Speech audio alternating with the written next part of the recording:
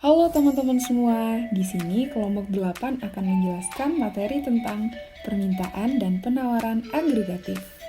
Tapi sebelumnya mari berkenalan dengan kelompok 8 yuk. Yang pertama ada Riki Kaisario, yang kedua ada Ayunanda Setia, yang ketiga ada saya sendiri, Diah Kurota, dan yang terakhir ada Yusuf Sya'roni. Yang pertama yaitu penawaran agregat.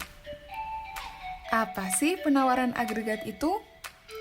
Penawaran agregat ialah jumlah seluruh barang akhir dan jasa di dalam perekonomian yang dijual atau ditawarkan oleh perusahaan-perusahaan pada berbagai tingkatan harga. Dengan perkataan lain, dapat dikatakan bahwa penawaran agregat itu pada dasarnya merupakan nilai total dari seluruh barang akhir dan jasa yang dihasilkan di dalam perekonomian. Penawaran agregat di dalam suatu perekonomian dipengaruhi oleh beberapa faktor. Antaranya, yang pertama yaitu ada besarnya angkatan kerja, yang kedua besarnya stok kapital, yang ketiga yaitu keadaan atau tingkat teknologi, yang keempat tingkat pengangguran ilmiah, dan yang terakhir harga faktor-faktor produksi. Baik, di sini saya akan menjelaskan tentang permintaan agregatif. Permintaan agregatif adalah seluruh permintaan terhadap barang dan jasa yang terjadi dalam suatu perekonomian, baik yang berasal dari dalam negeri maupun yang berasal dari luar negeri. Banyak faktor yang mempengaruhi besarnya permintaan agregatif. Di antaranya adalah tingkat harga secara umum, jumlah uang yang beredar nominal, jumlah obligasi pemerintah, defisit tertimbang, dan pemanfaatan tenaga kerja secara penuh, dan lain-lain. Adapun faktor-faktor yang menyebabkan kurva permintaan agregat berslop negatif. Di antaranya, yang pertama, efek kekayaan. Biaya yang digunakan oleh produsen tergantung pada kekayaan yang dimiliki keduanya, yang memiliki satu hubungan yang positif. Kekayaan mengacu pada pemegangan uang, saham, obligasi, rumah, serta aset fisik yang lain. Kekayaan yang dimiliki dipengaruhi oleh tingkat harga. Yang kedua, ada dampak harga bunga. Efek harga bunga ditujukan karena perubahan tingkat harga mempengaruhi harga bunga. Efek ini mempengaruhi produksi dan investasi. Yang ketiga, ada efek pembelian asing atau ekspor dan impor. Jumlah ekspor dan impor dalam suatu ekonomi tergantung pada harga domestik.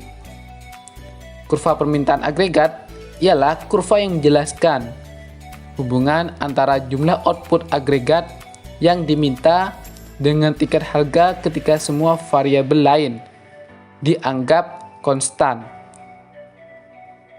Ada dua cara yang digunakan untuk menurunkan kurva permintaan agregat.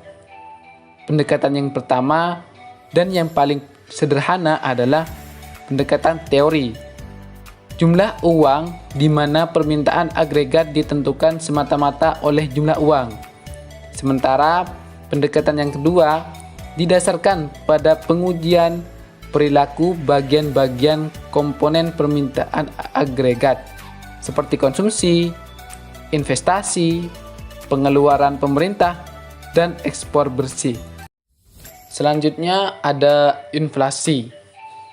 Dalam ilmu ekonomi, inflasi adalah suatu proses meningkatnya harga-harga secara umum dan terus-menerus. Berkaitan dengan mekanisme pasar yang dapat disebabkan oleh berbagai faktor, antara lain konsumsi masyarakat yang meningkat, berlebihnya likuiditas di pasar yang memicu konsumsi atau bahkan spekulasi, sampai termasuk juga akibat adanya ketidaklancaran distribusi barang. Dengan kata lain, Inflasi juga merupakan proses menurunnya nilai mata uang secara kontinu. Inflasi adalah proses dari suatu peristiwa, bukan tinggi rendahnya tingkat harga. Artinya, tingkat harga yang dianggap tinggi belum tentu menunjukkan inflasi.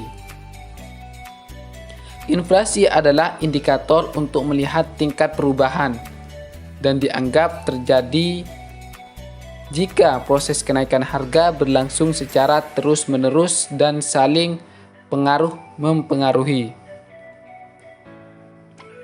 Istilah inflasi juga digunakan untuk mengartikan peningkatan persediaan uang yang kadangkala dilihat sebagai penyebab meningkatnya harga. Pengaruh inflasi terhadap permintaan dan penawaran agregat. Yang pertama, inflasi akan menyebabkan suku bunga meningkat.